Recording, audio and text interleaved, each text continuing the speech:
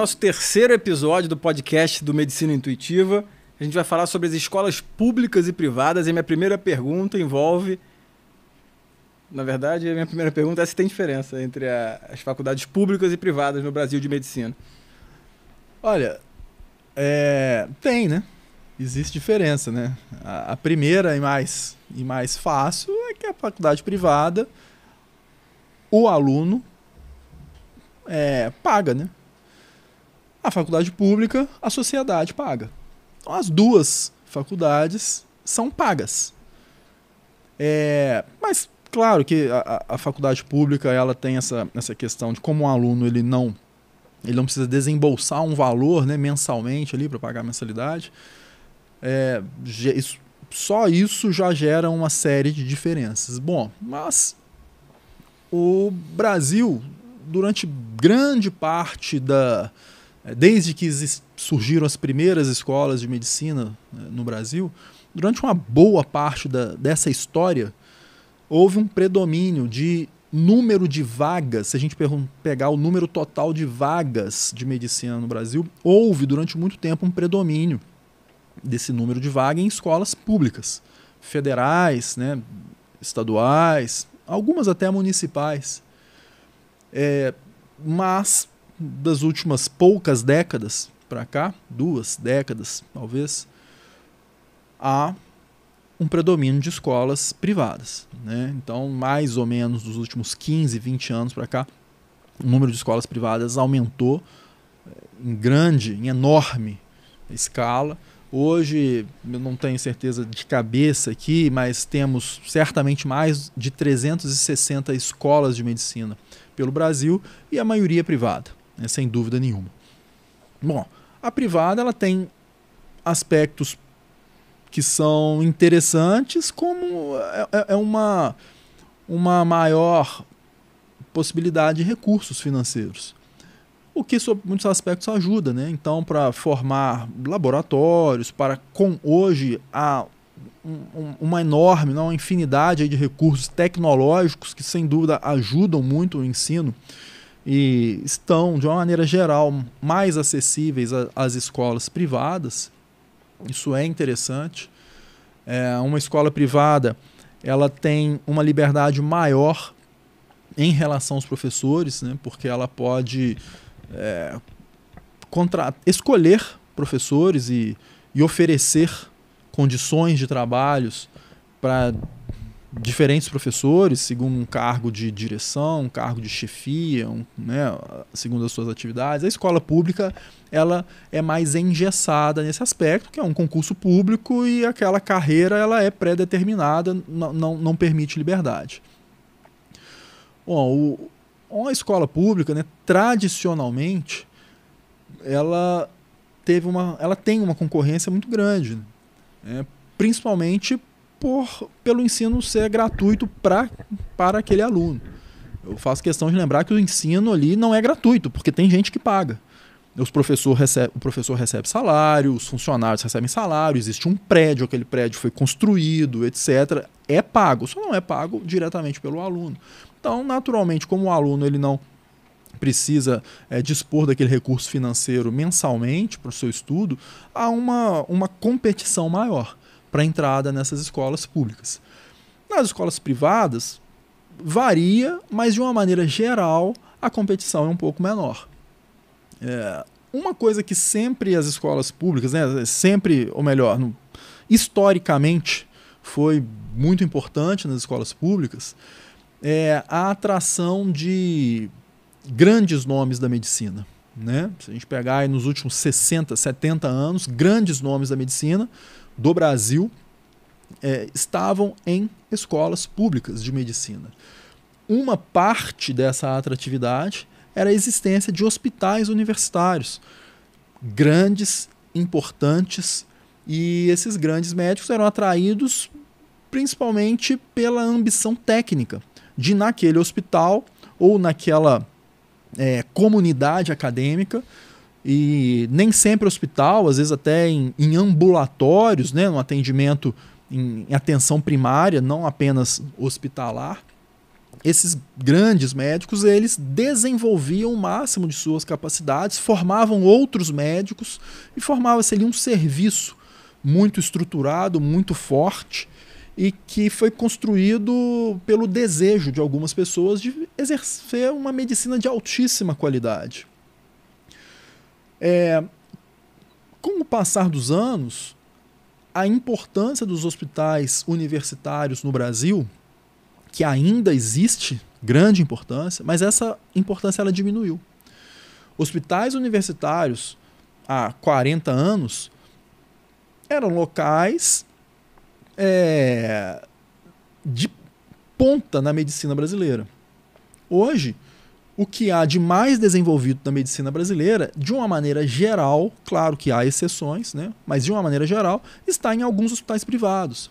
Principalmente porque hoje a medicina é extremamente cara. Então, essa atratividade de profissionais, ela diminuiu. Isso é algo indiscutível e sensível. Apenas para exemplificar, dos últimos 4 concursos para professor de medicina em escolas públicas que eu fui convidado para ser membro da banca, 3 foram cancelados porque não houve sequer um candidato inscrito. Foram 2 concursos no estado do Rio de Janeiro e um concurso no estado de Minas Gerais, todos para universidades federais. Bom, quando a gente tem concursos para universidades federais em locais com enorme quantidade de médico, como é o estado do Rio, o estado de Minas Gerais, 2 dos estados do Brasil com maior proporção de médicos por habitantes.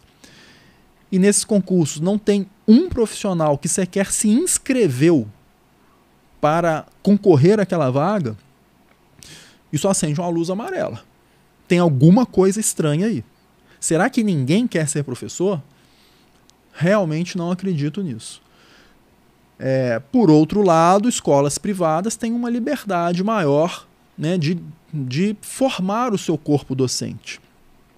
Mas as escolas privadas, em grande parte das vezes, pecam, pois os seus administradores não conhecem o que é um serviço em medicina, uma equipe médica.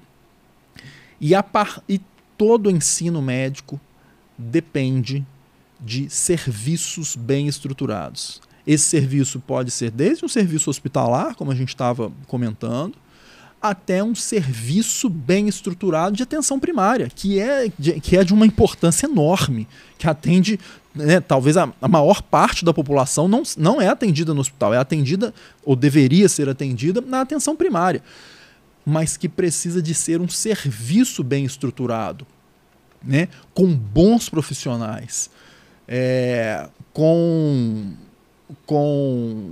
condutas estabelecidas, com discussões dos casos. Então nós temos essas diferenças principais, né? A seleção dos alunos, a seleção do professor, a disposição de recursos tecnológicos que hoje as escolas privadas realmente, de uma maneira geral, têm um pouco mais de facilidade. E você acha que dá para generalizar que as escolas públicas, federais ou estaduais são melhores que as privadas? Olha, generalizar talvez seja um pouco difícil, né? Eu acho que sempre tem que ser visto caso a caso. Tem uma frase muito antiga, né, que qualquer aluno de medicina, qualquer professor já ouviu, que é aquela frase que é assim, é o estudante que faz a faculdade e não o contrário. Então, em primeiro lugar, depende do aluno. Isso é uma verdade. Tá? Acho que a gente não pode generalizar que as escolas federais ou públicas são melhores de uma maneira geral, mas a gente sabe que durante muitas décadas, né, o corpo médico do Brasil foi formado essencialmente em escolas públicas. E escolas muito boas. Muito, muito boas. Temos médicos e hospitais no Brasil que são referência para o mundo inteiro, né? Formados em grande parte por escolas públicas, mesmo que as escolas privadas são um fenômeno nessa proporção, né, atual, são um fenômeno um pouco mais recente. Então eu acho que o que a gente vê aí talvez nas últimas 2 décadas, é um certo esvaziamento das escolas públicas, né, dificuldade de financiamento, recursos, né, um pouco mais restritos, depende de recursos do governo, uma menor atratividade de professores, e talvez isso esteja, de uma certa maneira, esvaziando um pouco as escolas públicas que já foram grandes referências no Brasil. Não saberia dizer se elas são as melhores, são as piores, acho que é caso a caso, mas acho que está muito claro que elas vêm sendo esvaziadas, ou de maneira proposital, ou não, né, não saberia dizer, mas há esse esvaziamento, enquanto há um florescimento das escolas privadas no Brasil. E hoje em dia se fala muito em faculdade de medicina caça-níquel, né? Como se o único objetivo fosse realmente ter um lucro financeiro muito grande. Você acha que uma faculdade, enfim, independente do lucro que ela tenha, enfim, que ela busque entrar no cenário nacional com qualidade, o que seria o basal, o mínimo, para uma faculdade privada hoje entrar ali peito a peito com uma faculdade pública de antigamente, por exemplo? Bons professores, em primeiro lugar.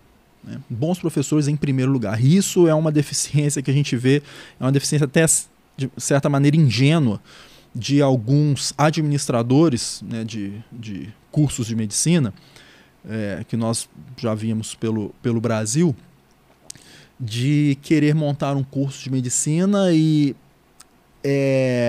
ter o alicerce em ferramentas tecnológicas ou em ferramentas metodológicas de ensino. É claro que é bom ter tecnologia, né? Eu sou absolutamente a favor da tecnologia.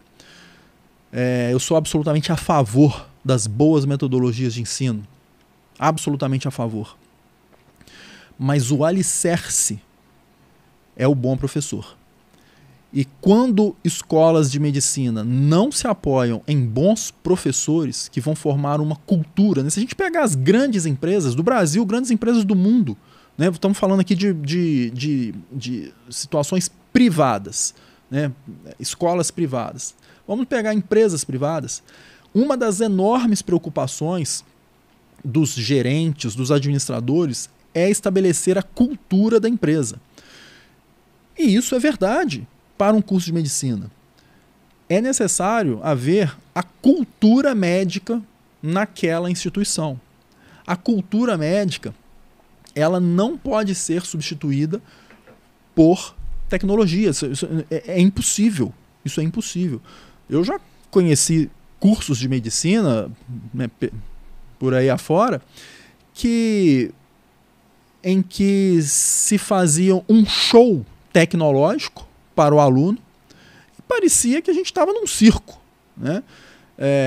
Computador fazendo não sei o quê, outras informações em 3D, inteligência artificial.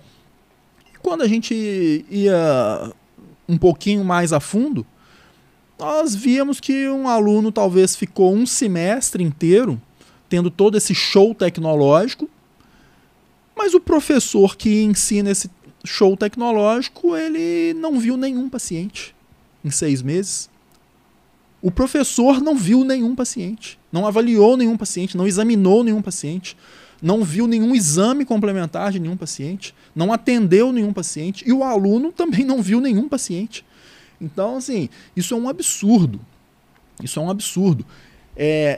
Em um certo momento, é cobrado o preço, né? Porque o show pirotécnico, quando substitui o ensino verdadeiro, pode até durar por um certo momento, mas chega uma hora que cobra um preço. Esse preço às vezes vem em alunos insatisfeitos, depois que passa essa emoção, né, do encantamento inicial.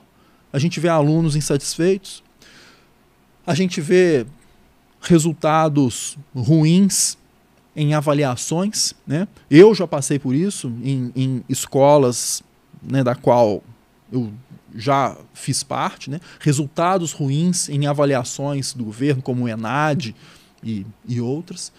E a gente vê que a origem disso aí está no ensino. Mas não é numa metodologia ruim que está faltando, num livro que está faltando, numa internet que está faltando. Não é nisso. É que não há cultura do ensino, né?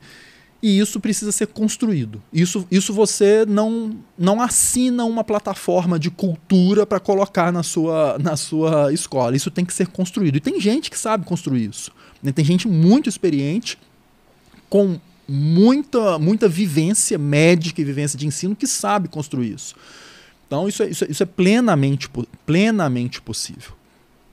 Você acha possível, então, uma faculdade privada construir isso a médio e longo prazo? Sem dúvida. É possível, é desejável que isso seja construído a médio e longo prazo. Porque senão, uma escola de medicina ela não se sustenta baseada somente em números financeiros, né? Em planilhas financeiras. Como que ela dá lucro, como que nós investimos esses lucros na tecnologia X, na metodologia Y. Essa cultura, ela precisa ser formada e ela pode ser formada, né? A gente tem médicos bons pelo Brasil inteiro e é possível, mesmo uma escola inicial, mesmo uma escola sem décadas de história, é possível construir essa cultura de ensino. Isso passa pela preparação dos professores, isso passa pela mudança do relacionamento com os alunos, isso passa pela mudança do relacionamento da administração da escola com professores e administração com alunos. Uma das coisas que eu mais vejo administradores de cursos de medicina, os administradores, né, os donos das escolas, enfim, reclamar é a dificuldade de relacionamento com médicos. Olha, eu sou diretor de um curso de medicina e esse curso tem aproximadamente 100 pessoas que trabalham ali. Dessas 100 pessoas, talvez 60, 70, umas 70 são médicos. Eu não vejo absolutamente nenhuma dificuldade de relacionamento com as pessoas. Tirando nenhuma. Entre a gente, né? Você é um caso um pouco mais complicado. Mas tirando isso, não tem nenhuma dificuldade de relacionamento. Pelo contrário, eu vejo a maioria dos médicos, não são todos, mas a maioria dos médicos extremamente interessada em conseguir ensinar. A gente fez um treinamento, a gente estava junto, um treinamento uma semana ou 2 semanas, não sei. 50 pessoas. Com 50 médicos querendo entender uma maneira de como que a gente discute um caso de um paciente com um aluno, como que a gente torna essa discussão mais frutífera para o aluno poder aprender melhor a partir daquele paciente que nós vimos juntos, né? Então, assim, não há dificuldade de relacionamento. O que há é, às vezes, uma visão diferente. O administrador tem uma visão, o professor tem outra visão e precisa convergir, né? Convergir em benefício de quem? Só tem 2 atores que são os principais interessados aqui. É o paciente, em primeiro lugar, né? Tudo que se faz em uma faculdade de medicina é para, no final das contas, formar um médico, para, no final das contas, atender bem o paciente. Então, o paciente, em primeiro lugar. E, em segundo lugar, o aluno. Né? Então, tudo que se faz em um curso é para o paciente e para o aluno. Para isso, você precisa, sim, de recursos tecnológicos, de metodologias, de professores, de cultura. Então, uma visão administradora, ela não pode ser exclusiva e tornar a visão médica conflituosa. E nem o contrário, né? E o médico, o professor, ele tem que entender que existe uma administração com certas regras, certas normas que precisa ser cumprida, né? O jogo de cintura é convergir isso para o bem, né, dos atores envolvidos. E aí, para ilustrar o que você falou, né, 2 exemplos rápidos, práticos entre nós, né? Essa aula, né, esse treinamento para os professores, com, sei lá, 50 professores e alunos, né? e todos engajados numa metodologia que é o feedback, que é uma metodologia que tem começo, meio e fim, e ela tecnicamente tem uma regra, né? E como é que a gente, enfim, no interior de Minas consegue juntar tanta gente, né, para ensinar isso? Isso é um exemplo. E outro também, recentemente, uma paciente nossa com uma pneumonia complicada, fez um empiema, você participou da condução do caso com a drenagem do tórax, e como que isso para o aluno encanta verdadeiramente, muito mais do que, às vezes, esse show tecnológico, né? São alunos que passaram aí 10, 15 dias vendo diariamente uma paciente que vem da comunidade, atendida pelo Sistema Único de Saúde, com uma complicação de uma pneumonia, com empiema. Então, assim, às vezes tirar o dreno de tórax é o que tem de mais bonito do que, de repente, um show pirotécnico em 3D, né? Não, sem dúvida nenhuma, né? Isso aí que você falou resume perfeitamente. Um aluno que acompanha um paciente num atendimento, seja num atendimento na unidade básica de saúde, de enorme importância, seja prescrevendo uma medicação, seja no hospital, como foi o caso dessa paciente, isso não só é o que o paciente, a sociedade vai precisar, mas isso sem dúvida é o que encanta o aluno, né? Isso encanta o aluno, muito mais do que qualquer show tecnológico que se possa ter acesso, né? É isso mesmo. E para fechar aqui o nosso assunto de escolas públicas e privadas, o aluno de uma escola privada, enfim, existe essa diferença grande que é o valor, né? Que é caro, a mensalidade hoje talvez vá de 8.500 a 15 mil, enfim, tô aqui chutando. Mas existem maneiras desse aluno financiar esse processo? Hoje no Brasil, né, tem algumas maneiras que valem para o Brasil todo. O governo federal tem financiamentos como o ProUni, o FIES, que chegam até bolsas de 100% que ajudam nesse financiamento. Algumas escolas privadas têm financiamentos próprios, menos comum, tá? É menos comum isso, mas realmente são valores altos que infelizmente não são acessíveis para toda a população. E é isso aí que você falou mesmo, né? Um curso de medicina hoje no Brasil varia, sem dúvida que varia, mas a média aí por volta de 10 a 11 mil é a média. Temos cursos de 8.500 até cursos de 16 mil que nós vemos pelo Brasil afora. E agora, para finalizar mesmo, nessa questão de treinamento docente, de estruturação cultural de uma faculdade, uma figura como o nosso amigo o professor Ricardo Bastos, enfim, você acha que um homem de cabelos brancos, com um largo trajeto na educação médica, ele tem espaço para fazer um trabalho desse? Sem dúvida, né? Falando especificamente do Ricardo, é uma pessoa que reúne muitas qualidades, né? E um médico, assim como um professor de medicina, mais importante do que ele ser muito bom em uma área, é muito importante ele ser bom em várias áreas, né? E nos cursos de medicina a gente vê uma coisa que até o Ricardo Bastos sempre nos lembra disso, é que nós temos alguns médicos que são excelentes médicos e que têm uma certa resistência a se adequar aos diferentes métodos de ensinar, né? Ensinar competências, desenvolver competências. Por outro lado, nós temos alguns professores que são grandes pedagogos, né? Que estudam a pedagogia, né? Como ensinar, como aprender, mas que às vezes tem uma deficiência no exercício da medicina, eles não exercem, né, a medicina. Esse professor, muitas vezes a gente vê que o aluno não reconhece nele uma autoridade, mas não uma autoridade imposta do cargo, uma autoridade verdadeira, porque ele está ensinando alguma coisa, às vezes com um método muito bem feito, mas que ele não exerce aquilo na vida real. Isso tira a legitimidade, né? Talvez até melhor que a autoridade, seria a legitimidade. E o que precisa é um grupo de pessoas, né, como você faz, outras pessoas fazem, que é o quê? Saber conseguir conversar com os dois grupos e o médico que exerce a medicina, ele conseguir utilizar aqueles métodos, aquelas metodologias que são válidos, né? Mas a metodologia sozinha não tem valor nenhum. Ela é vazia.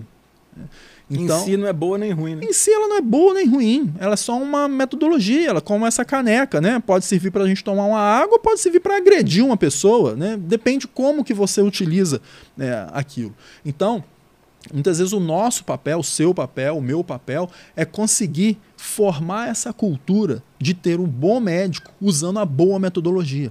Isso que nós vemos muitas vezes escolas de medicina pecando com isso e não conseguindo ter essa abordagem e essa visão. Então, para fechar esse episódio, eu convido vocês para o próximo. Falaremos sobre como abrir uma faculdade de medicina e o que uma instituição de ensino sabe e não sabe sobre o curso de medicina.